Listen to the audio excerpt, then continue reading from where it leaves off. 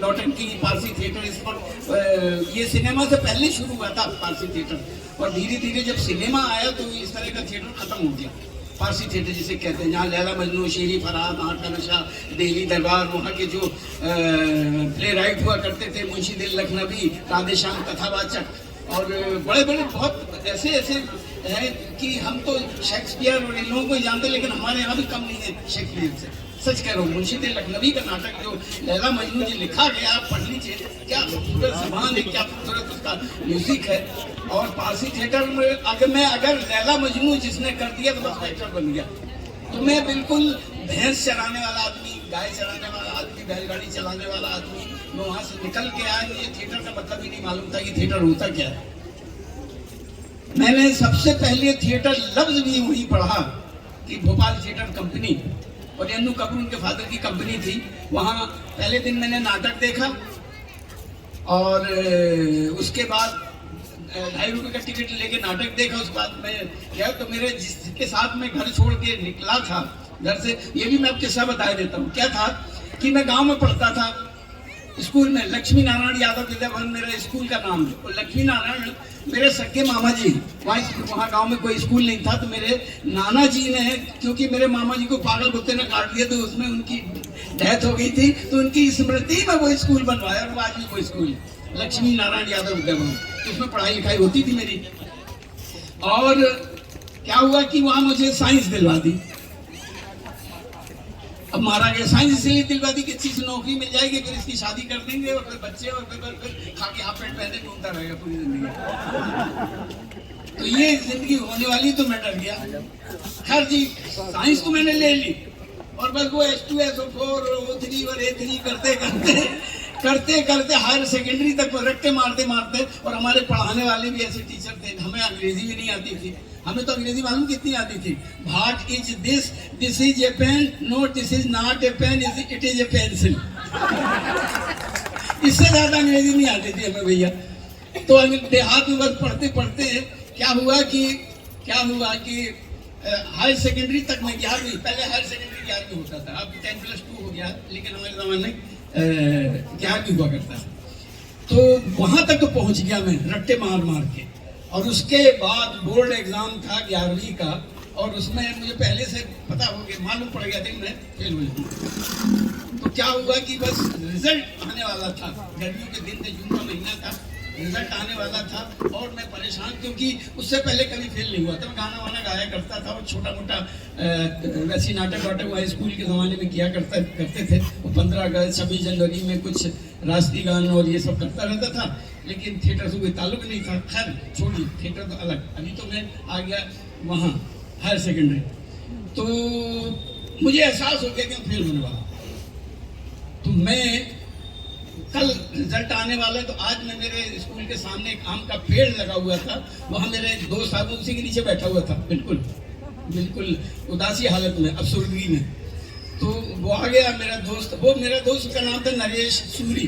वो प्रोफेशनल भगोड़ा था, वो महीने में 2-3 बार भाग जाता था घर छोड़ के। जैसे अपने पिताजी की जेब में उसने 150-200 रुपये निकाले हो, बस भाग जाता था। तो वो पहुँच गया वहाँ, वो कहने लगा कि क्यों भाई, क्यों बैठे हुए? हमने कहा यार कल रिजल्ट आने वाला है, और पता नहीं फेल हो जाऊंगा, समझ नहीं आ रहा मैं क्या करूँ। तो कहते क्या करोगे? अच्छा, उसने भी दिया था, वो भी फेल होने वाला था, उसने भी मेरे साथ ही एग्जाम दिया था। तो मैंने कहा यार मुझे लगता है कि मैं भाग जाऊँ। तो कहते भागोगे? मैं कहा हाँ भागेंगे। कहा चलो, बस उसके साथ निकल गया। अच्छा, और जाके सीधा भागे हम, निकल के पहली दफा ट्रेन में बैठे, और जाके सीधे ललितपुर पहुंचे। ललितपुर में नाटक कंपनी लगी हुई थी, पारसी थिएटर, जिसमें लैला मजनू, शेरी फरहाद। इस तो पहले दिन हमने एक नाटक देखा था नागिन, वो जो पुरानी फिल्म थी प्रदीप कुमार वाली, वो देखी। उसके बाद वो मुझे वहाँ से भी छोड़ के भाग गया। तो मैं दूसरे दिन गया वहाँ पे, तो कंपनी वाले के पास। मैंने कहा भाई मुझे भी नौकरी दो, तुमने करते क्या हो? तो मैंने कहा गाना गा लेता हूँ। तो सुनाइए। मैंने उनको सुनाया कि तुझको खुशियाँ मुबारक होए दिलरुबा, हाथ मल कर मेरी जिंदगी रह गई, तेरे नक्शे कदम देखते देखते मेरी गर्दन झुकी की झुकी रह गई, तुझको खुशियां मुबारक हो है दिल। पता नहीं ऐसे कुछ गा दिया मैंने, तो कहने लगे बेटा गाते तो सुरीला लेकिन तुम्हारा तलफ्फुज़ बड़ा खराब। तो मैंने उनसे कहा कि तबले पे गाऊंगा तो ठीक हो जाएगा। मुझे लगा तलफ्फुज़ तबले से कोई ताल्लुक होगा इसका।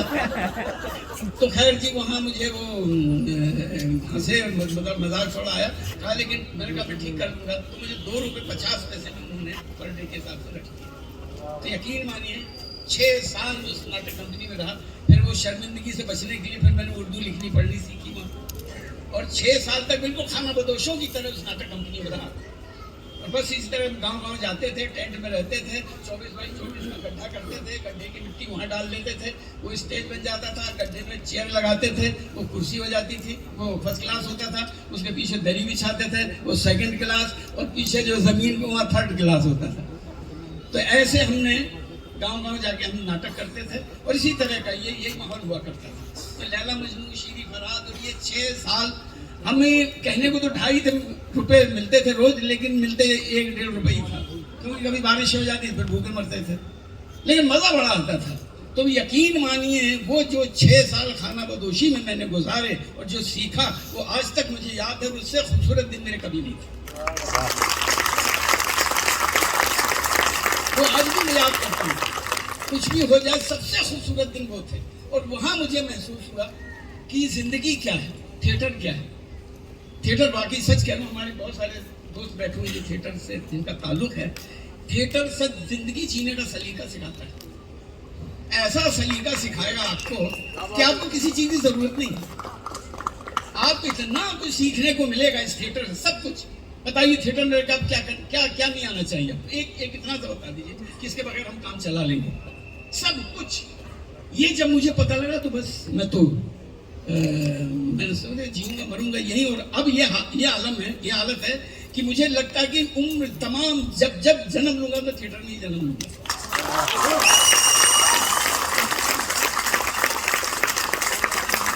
क्योंकि ऐसा पेशा और कोई नहीं हो सकता जो आपको कभी अकेले नहीं, आपको दुख तकलीफ और सब में आपके कंधे पर हाथ रख के निकाल लेता है, किसी भी तरह आपको परेशान होने नहीं देता।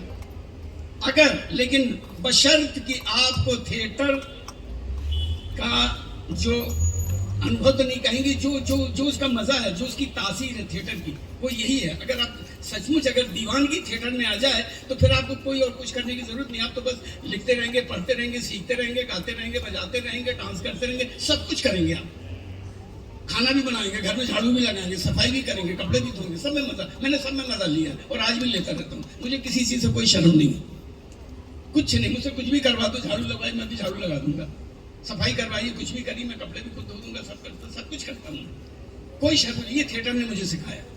एक और बात कि पहले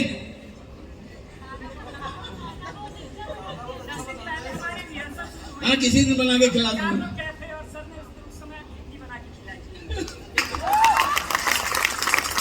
फिर क्या है कि एक और बात मैंने सीखी कि आप जर्रे में, कदम कदम पे आपके टीचर गुरु फैले हुए। आप नेचर से सीखिए, सुबह होने से सीखिए, शाम ढलने से सीखिए। आपके इर्द गिर्द पता नहीं कौन क्या सबक सिखा के चला जाए।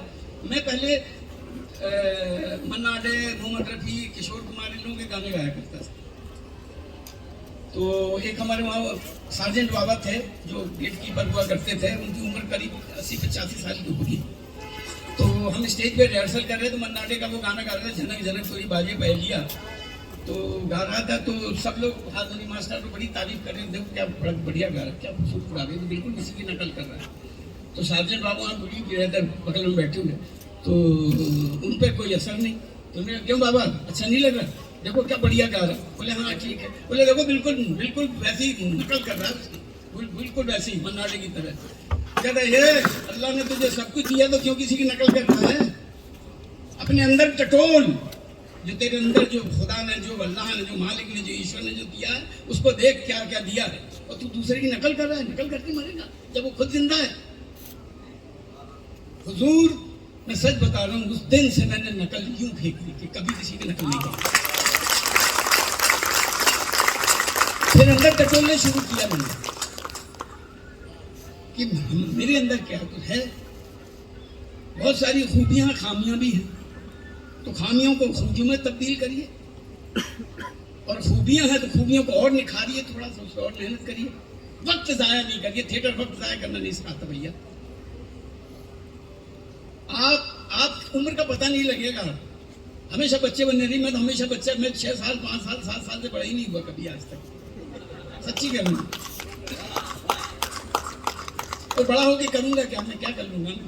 मैं ये जो मेरे बच्चे हैं ये इनसे भी छोटा हूँ मैं। क्यों छोटे की बात बड़े कर लिए, डांटते भी मुझे हैं, डांटते भी नहीं डांटते हैं। हाँ ये सब 7 साल के हैं, उनकी उम्र में 7 साल के। तो ये है बस कि बड़े मत, मैं तो नहीं होने दूंगा तुम लोगों को बड़ा करूँ, ना बड़ा होने दूंगा, ना ये जो कामयाबी का जुमला है, जो लफ्ज है, ना वो होने दूंगा, ना कभी एक्टिंग करने दूंगा। सबसे खतरनाक लफ्ज एक्टिंग है। हमेशा से कहता हूँ कि अगर आपने एक्टिंग की तो नकल हो जाएगी, वो जो मुझे साजिद बाबू ने कहा, हमेशा किरदार की फिर नकल हो जाती है, रियलिटी वो नहीं हो पाता।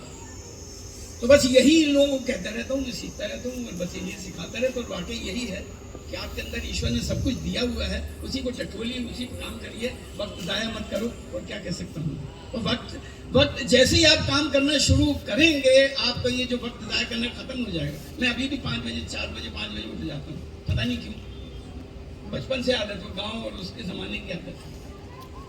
सुबह उठते सूरज को देखता हूँ, बड़ा अच्छा लगता है, तो दिन बड़ा अच्छा लगता है। कभी कभी अगर शूटिंग में देर से आया तो फिर वो दिन मज़ा नहीं आता, तो ज़रा करके देखो क्या मज़ा है। बस यही है, और क्या कहूँ मैं कि वैसे बोलने का मौका दिया मैंने। सर अभी 2 लोगों ने सवाल उठाए हैं, क्योंकि सर की बहुत अच्छी स्पीच चल रही थी, तो it's like a master class for all of us. बस 2 सवाल लूंगी मैं, क्योंकि समय को देखते हुए। सर अगला सवाल। बैठने में मज़ा नहीं आता नहीं, दूर आप बैठिए। नमस्कार दादा, मेरा सिर्फ एक सवाल है। इतने सारे लोगों को 23-24 लोग एक्टर्स हैं, इन सबको जमा करके बॉम्बे जैसे शहर में रिहर्सल करवाना, ये प्रोडक्शन खड़ा करने में आपको कितना टाइम लगा? अभी यकीन मानिए 10 दिन लगे होंगे। तो 10 दिन कितने दिन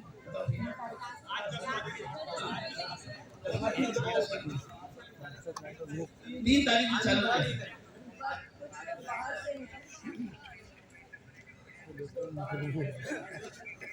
हाँ, सारे बम्बई के नहीं है, जो बाहर से भी आएंगे, इनको हमने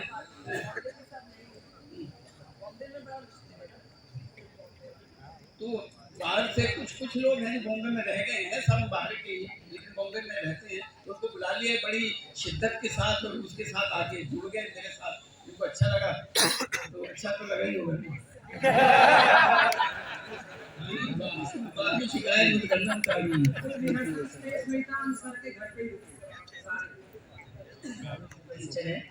It's something which is impossible actually what we did, and because of their support, the team support, that we managed to do it, and it's also because of his attraction towards people who came. मतलब वो इसलिए आए because it's him, and you know what he has to share to people. तो वो खुद ही जब बुलाते हैं लोगों को, या जब हम थिएटर करते जाए, वो कहते हैं कि मैं मुझे आप लोग से, जैसे अभी बोला कि एक्टिंग सिखाना, जब ओपनिंग होता है तो पता नहीं कैसी कैसी बातें कर देते हैं। और जैसे एक है हमारा बॉम्बे का ऋतिक, पहले तो मैं उसको पागल समझती थी, लेकिन वो थोड़ा है लैला, तो वो जो भी सर बोलता था, अरे वाह ऐसे, तो मुझे लगता है ये है क्या, ये ऐसे क्या, बट देन वो बातें भी तो ऐसे कह रहे थे, और वो सच्चा दिल का था, तो वो ओपनली रिएक्ट करता था। But even the other people, वो इस तरह की बातें कह देते, इवन आई, जैसे हम साथी है, लेकिन हमेशा घर में थोड़ी इस तरह की बातें करेंगे, तो करते हैं। जब ज्यादा लोग होते हैं तो फिर इट बिकम्स काइंड ऑफ, जिस तरह का ज्ञान देने लग जाते हैं जिंदगी के बारे में, और वो सब आम जिंदगी में कहाँ होता है, चलते होता है एक्चुअली, बट तब नहीं सुनती हूँ मैं, जब दूसरे लोग सुनते हैं, जब दूसरे लोग अप्रिशिएट करते हैं, तो फिर ज्यादा कदर हो जाती है। हाँ सर, अगला सवाल। Sir thank you so much for this play. पेशे से मैं एक टीचर हूँ, और मैं ड्रामेटिक्स में नहीं हूँ, लेकिन जब मैं प्ले पढ़ाता हूँ तो कुछ सीन्स ऐसे होते हैं जहाँ पे एनेक्ट करना पड़ता है। जैसे मर्चेंट ऑफ वेनिस में शाइलॉक की बेटी जब भाग जाती है तो Shylock goes crazy in the streets of Venice saying oh my ducats oh my daughter.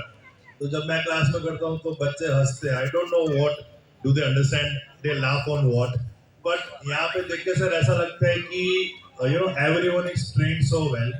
ठीक है, so I wish everyone to give them a great round of applause please. प्रश्न मेरा सर ये है कि डायरेक्शन सबका बिजी रहा होगा, बट मुझे सिर्फ आप ये बताइए कि वो तो बैल को डायरेक्ट करना कितना डिफिकल्ट रहा था सर आपके लिए? वो असली बैल है। एक्चुअली वाकई मैंने उनकी फितरत में बैल ही डाल दिए थे, बस इससे आगे मत बढ़ो। हाँ, और क्या है कि बड़े ढीले ढाले तो मैंने इनको पकड़ो और ये फिर इनकी एक्सरसाइज नहीं करते थे, कुछ नहीं करते, हम बैल बनाते थे, करने लगे। और वाकई जब तक बैल नहीं, हम खुद बैल नहीं बनेंगे तब तक मजा नहीं आएगा। तो बस वही है, अगर कुछ सीखना है तो बैल बन जाइए, और बस थोड़ा सा बोझ लाद के देख के चलना सीखिए, वही है। और बैलगाड़ी और कितने जज्बातों का जो लिए सीख रहे हैं वो, तो वो हीरामन खुद अपने बैलों में जो मोहब्बत करता है, तो बैल जाहिर है।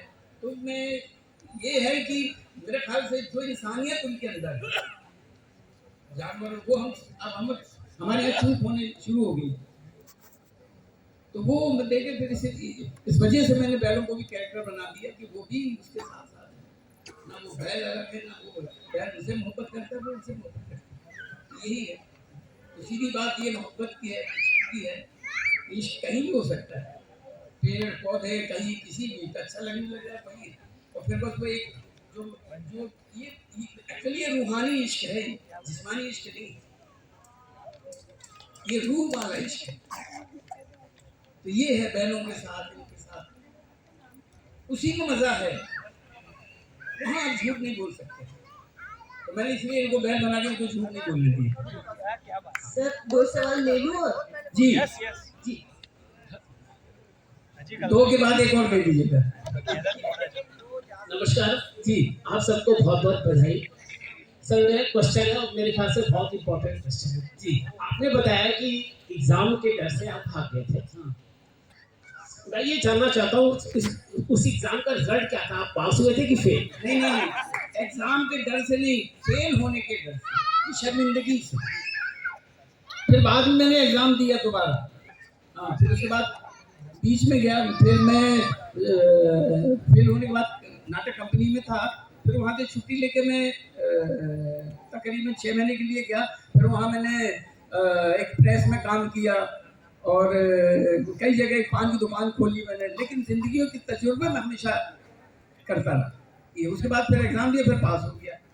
तो ये क्या है, एक बात बताऊँ मैं, चाहत और राह, सच्ची कह रहा हूँ मैं, आपकी अगर चाहत जो करने की अगर सच्चे मन से है तो आपको वो रास्ता मिल ही जाएगा, यकीन मानिए। आप एक बार चाह के देखें, लेकिन लगे रहना पड़ेगा, चाहे कुछ हो जाए लगे रहिए तहे दिल से, पूरी ईमानदारी के साथ, आपको वो रास्ता मिल ही जाएगा। और मंजिल मैंने पे यकीन किया मैंने कभी कि कोई मंजिल बना लो, रास्ता बनाइए, मंजिल सब ऐसी फालतू की चीजें हैं। तो एनएसडी गए, एनएसडी में हमें वो था, तो एनएसडी ने एक्टिंग छोड़ दिए। मैं हमेशा कहता हूँ एनएसडी ने, नेशनल स्कूल ड्रामा ने मुझे डूबना सिखाया, तैरना नहीं सिखाया कि डूब जाइए बस। नदी दरिया प्रेम का ऐसी इसकी धार, जो उतरा सो डूब गया, जो डूबा वो पार। ये नजीर अकबरवादी का है, जो कबीर उनके थे, लेकिन मुझे मालूम है नजीर साहब का है कि जो डूबा सो पार। जब तक आप डूबेंगे नहीं, और सच कह डूबने में बड़ा मजा आता है। जरा देखो किसी भी चीज में, चाहे पेंटिंग करिए, चाहे पेंटर है, चाहे म्यूजिक में है, चाहे अब कोई म्यूजिशियन है, अगर डूब के देख ली इतना मजा आएगा कि लगता है डूब गए तो डूबते ही जाइए। उस तेरी आंखों की ये गहराइयां। सर एक सवाल मेरा ऐसा है कि आप जब बोले कि मैं घर छोड़ के भागा था, उसके बाद क्या हुआ? जान गया नहीं, ऐसे नहीं। हाँ, मतलब घर में मम्मी पापा होते हैं ना, हाँ जी, घर वालों का क्या है? घर वालों या वो मेरे को जानना है। बता रहा हूँ,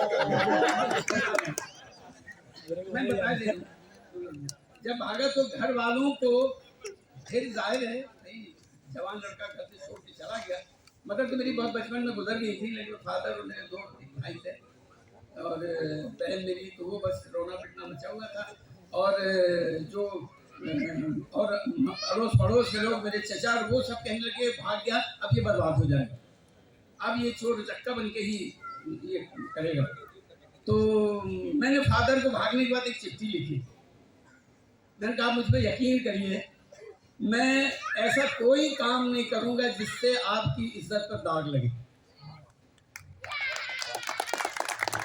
मेरे फादर ने उसके बाद कोई कुछ नहीं कहा, मैं कभी, क्योंकि उनको मालूम था ये कुछ नहीं करो। बाकी फिर मैं 20 साल के बाद लौट के घर गया था, जब मुझे मैसी साहब में इंटरनेशनल अवार्ड मिला था तब। और उसी स्कूल में खड़ा हुआ था और मेरे फादर पीछे से पजामा और कमीज पहने साइकिल से चले आ रहे थे और मैं बच्चों के साथ में खड़ा हुआ था वहाँ। 20 साल के बाद लौटा था।